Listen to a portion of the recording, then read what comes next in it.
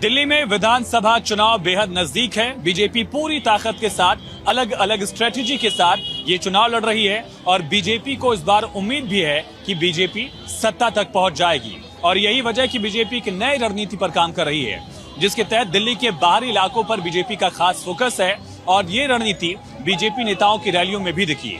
दरअसल जेपी नड्डा और सीएम योगी आदित्यनाथ दोनों नेताओं ने दिल्ली के बाहरी इलाकों से अपनी रैलियां शुरू की है।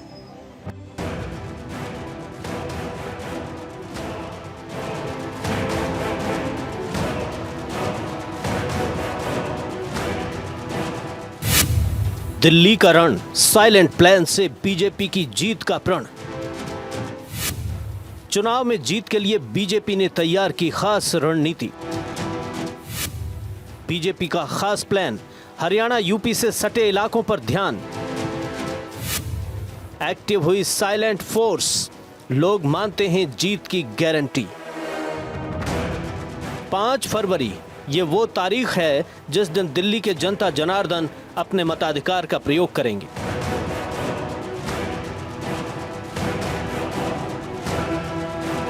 और उस दिन सियासतदान की किस्मत का फैसला होगा।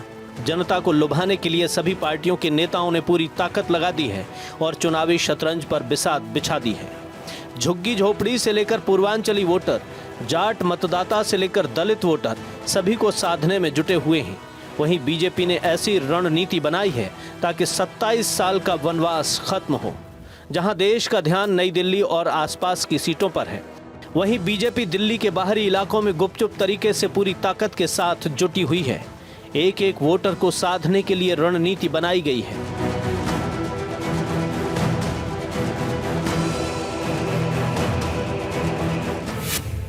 दिल्ली के ग्रामीण क्षेत्र में 21 विधानसभा सीटें हैं। कभी ये सीटें बाहरी दिल्ली लोकसभा सीटों के अंतर्गत आती थीं।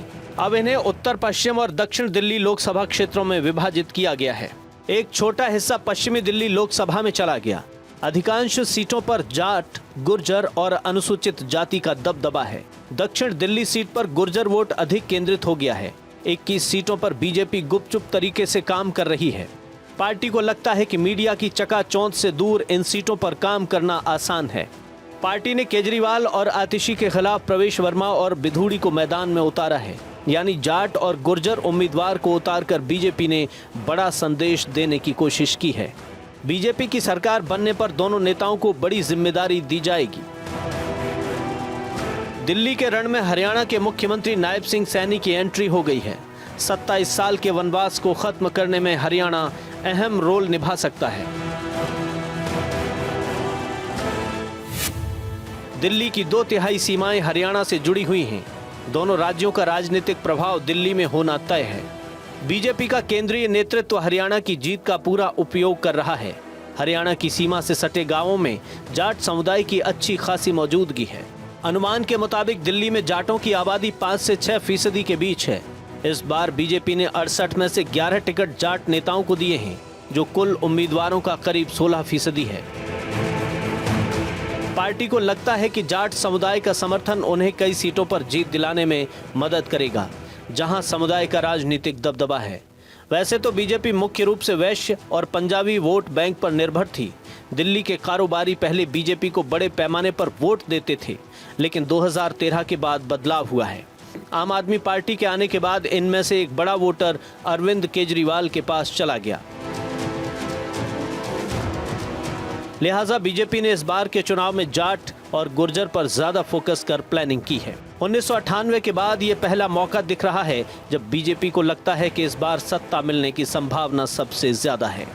लिहाजा बीजेपी फुल एक्शन में है और सभी दिग्गज नेताओं की फौज उतार दी है।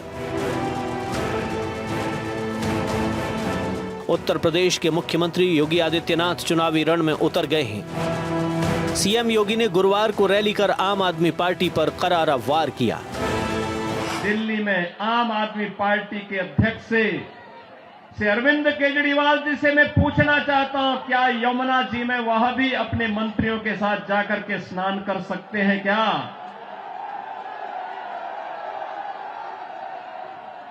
अगर उनमें नैतिक साहस है तो उनको इसका जवाब देना चाहिए।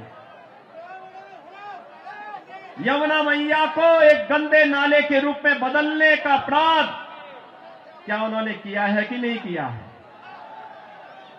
और अगर वह व्यक्ति इस बात का अपराधी है तो फिर मुझे नहीं लगता है कि जिस जनता जनार्दन की इस अदालत में उन्हें कोई माफी दी जानी चाहिए। बीजेपी का फोकस यूपी और हरियाणा से लगे इलाकों पर है। यही वजह है कि गुरुवार को बीजेपी अध्यक्ष जेपी नड्डा ने नजफगढ़ और यूपी के सीएम योगी आदित्यनाथ ने किराड़ी से अपने अभियान की शुरुआत की। कुल मिलाकर देखें तो 2.5 दशक से ज्यादा का वनवास खत्म करने की जुगत में पूरी तरह से बीजेपी लगी है। दरअसल इस बार मुकाबला त्रिकोणीय है, यानी बीजेपी, आम आदमी पार्टी और कांग्रेस के बीच मुकाबला है। बीजेपी ने इस बार ग्रामीण क्षेत्रों में अपनी पकड़ मजबूत करने का साइलेंट प्लान तैयार किया है। पार्टी को उम्मीद है कि इन इलाकों से चुनावी बाजी पलटी जा सकती है। Bureau report, Bharat 24।